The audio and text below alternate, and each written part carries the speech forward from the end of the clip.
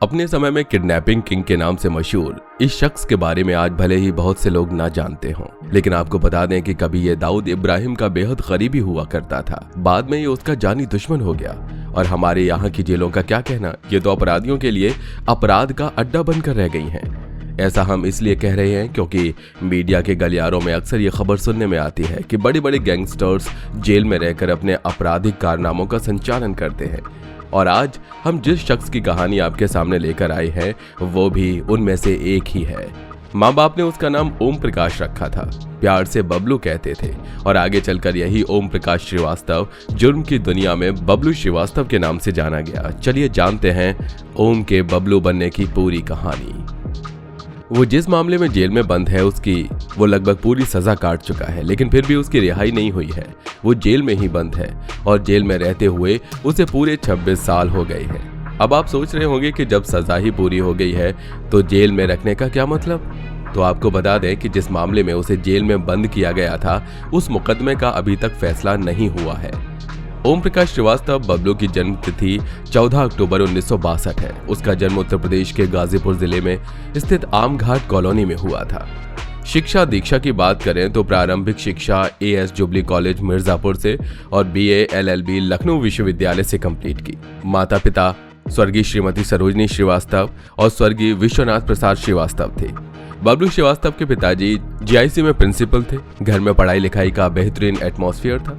बबलू के बड़े भाई का नाम विकास है, वो आर्मी में कर्नल की पोस्ट पर है। बबलू श्रीवास्तव भी पढ़ने लिखने में अच्छा था।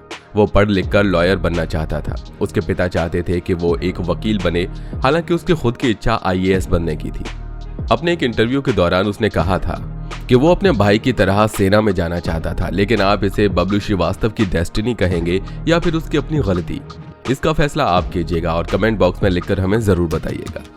बबलू श्रीवास्तव की कॉलेज लाइफ के दौरान एक ऐसा इंसिडेंट हुआ जिसने उसकी पूरी लाइफ को बदल कर रख दिया। जीवन का रास्ता ही बदल दिया और जिंदगी की मंजिल भी बदल दी। आज बबलू श्रीवास्तव जहां रहकर अपना जीवन बिता रहा है, शायद इसे उसकी डेस्टिनी ही कहा जाएगा। आगे बढ़ने से पहले हमारे जिन साथियों ने अभी तक चैनल को सब्सक्राइब नहीं किया है उनसे अनुरोध है कि आगे भी हमारे साथ इसी तरह कनेक्ट रहने के लिए चैनल को सब्सक्राइब करके घंटे का बटन जरूर दबा दीजिए।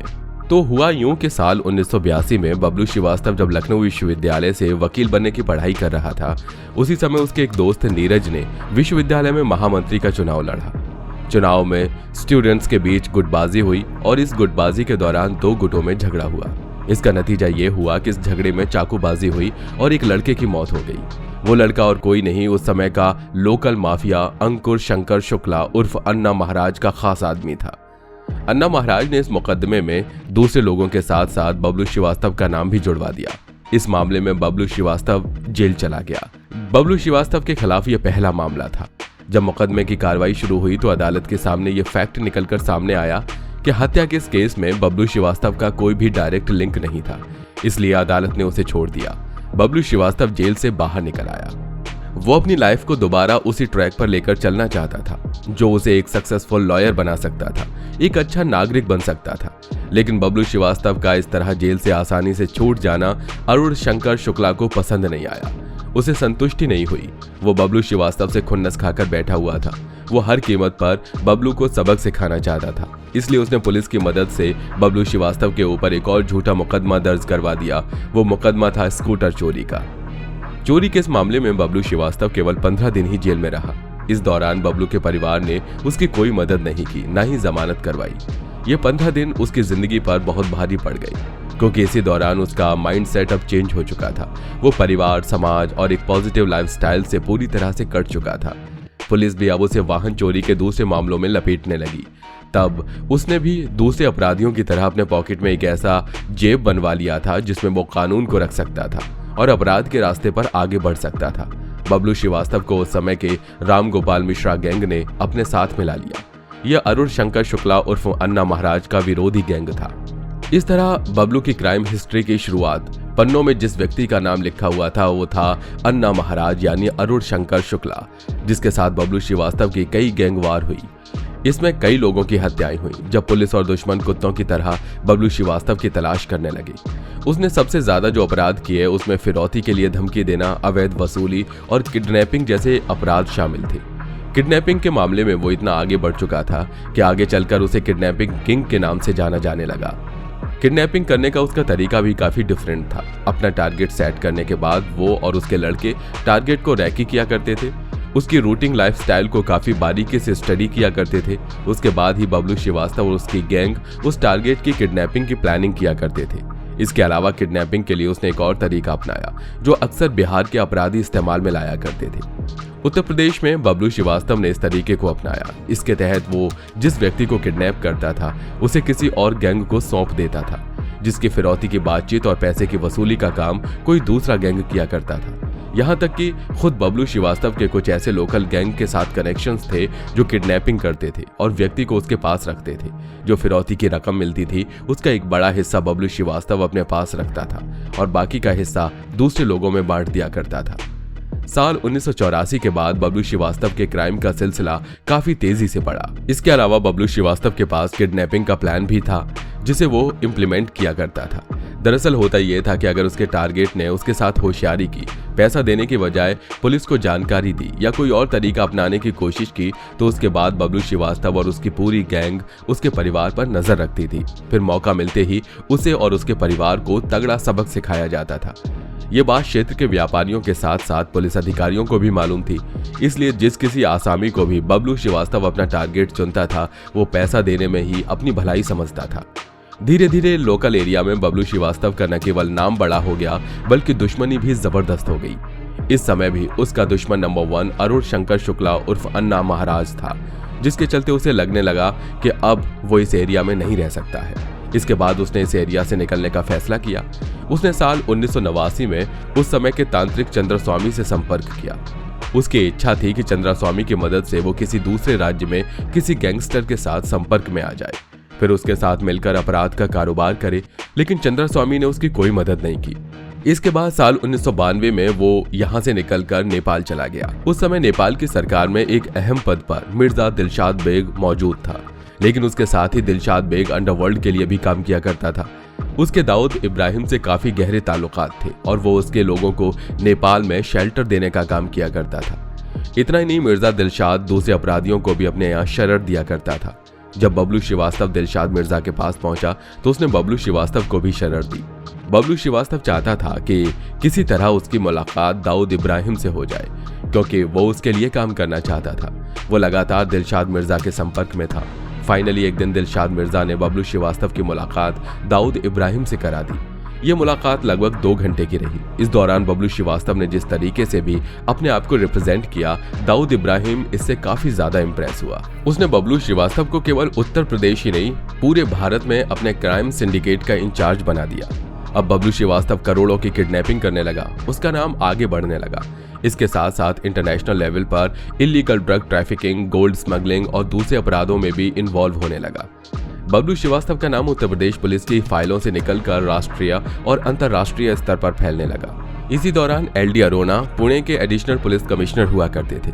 बबलू श्रीवास्तव पर आरोप है कि इसने अपने एक साथी मंगे और सैनी के साथ मिलकर पुलिस कमिश्नर को गोलियों से भूनकर हत्या कर दी। आपको बता दें कि इस मामले में बबलू श्रीवास्तव को उम्र कैद की सजा हुई।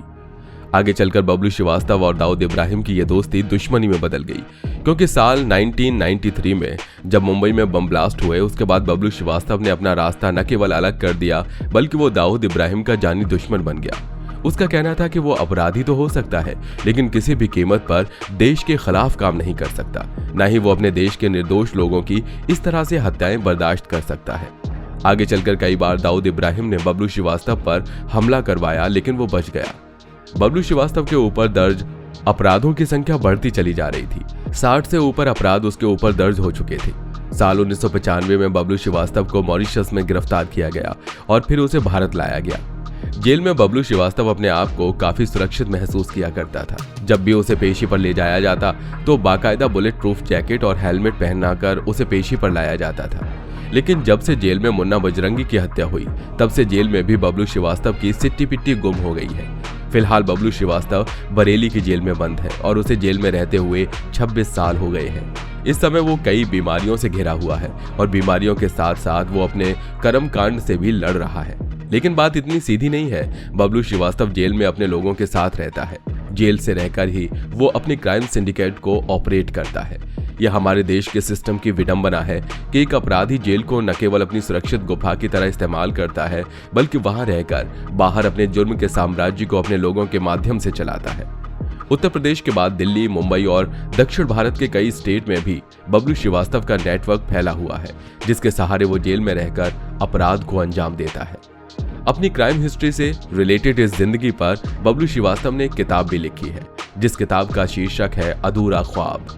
इस किताब में उसने अपनी आपराधिक जिंदगी, दाऊद इब्राहिम से मुलाकात और फिर अब तक के सफर को काफी बारीकी से लिखा है।